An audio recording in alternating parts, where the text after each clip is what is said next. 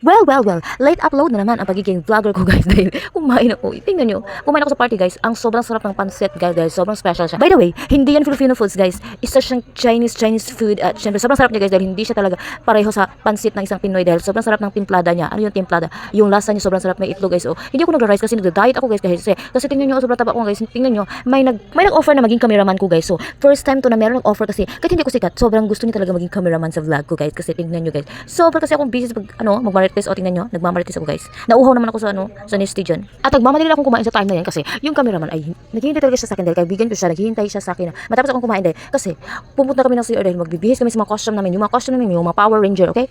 Last December pa to guys, party namin to, last January pa to guys, party namin 2 months na, kaya ngayon ko lang na-upload kasi busy ako, tamad ako mag-edit ng vlog kasi nga, palagi akong inaantok guys, tingnan nyo yung mga post ko, palagi akong inaantok at dumaan naman yung kaibigan ko si Shine, shout out sa Shine.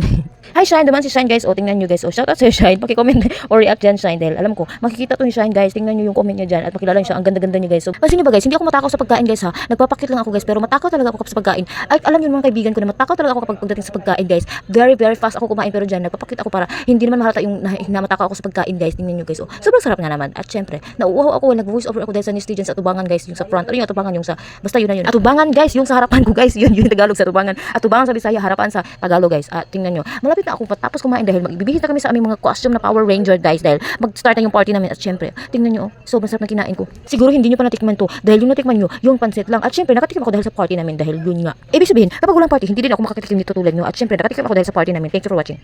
Well, nandito na naman ako at nagiging vlog na naman ang pagkain ng sweet corn dahil malapit ako matapos sa pagkain nito dahil shrimp na naman ang kinakain ko kasi sobrang sarap na naman dito at bumalik-balik na dito. At syempre, alam niyo ba guys, video lang to guys kasi isang video lang to kasi nga kinakat-cut ko lang siya para marami akong ma-upload na video kasi long time na nag-upload ako ng video yung long time na nag-video ako ay 17 minutes siya at syempre, kinakat-cut ko siya para syempre naman marami akong ma-upload sa Facebook. Ganito tayong mga vlogger, di ba? Marami tayong mga savings na mga video sa ating cellphone. Savings hindi pera ha. Marami tayong savings, naka-save na video sa ating mga phone.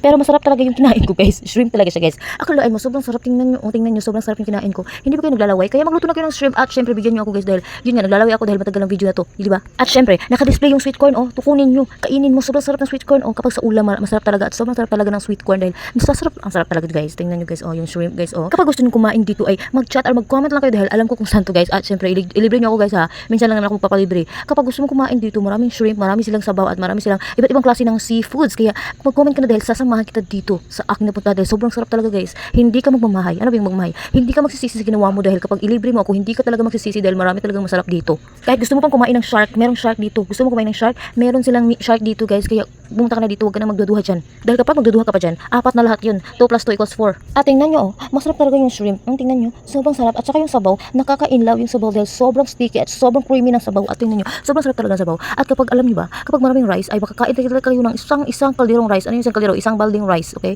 Dahil sa sabaw na sobrang masarap at yung diet nyo ay makakancel at wala na kayo pakialam sa katawan nyo. At pagkatapos nyo kumain dito ay makakain na kayo ng isang balding rice at syempre, doon nyo na maiisip na mag-exercise na naman kayo pagkatapos ng pagkain ng marami. Dahil alam nyo, yes guys, tingnan nyo, marami ako nakain rice at maraming libreng juice dyan, unli juice yan at syempre, sobrang sarap. At mag-comment ka na kung saan ako dito kumain dahil alam na alam ko kung saan ito guys. At syempre, kapag hindi mo ako libre, hindi kita tuturuan kung saan ito. At hindi ka makakatikim nito kapag hindi mo ako nilibre dahil hindi kita tuturuan kung saan ito at saan ito sa Mandawi Cebu City. At you know, tingnan nyo, oh, sobrang sarap ng sweet corn guys. Kinain ko na siya dahil sobrang sarap talaga ng sweet corn guys. Sobrang yummy talaga ng sweet corn. Sa lahat ng nanood dito, sobrang thank you so much sa inyo lahat.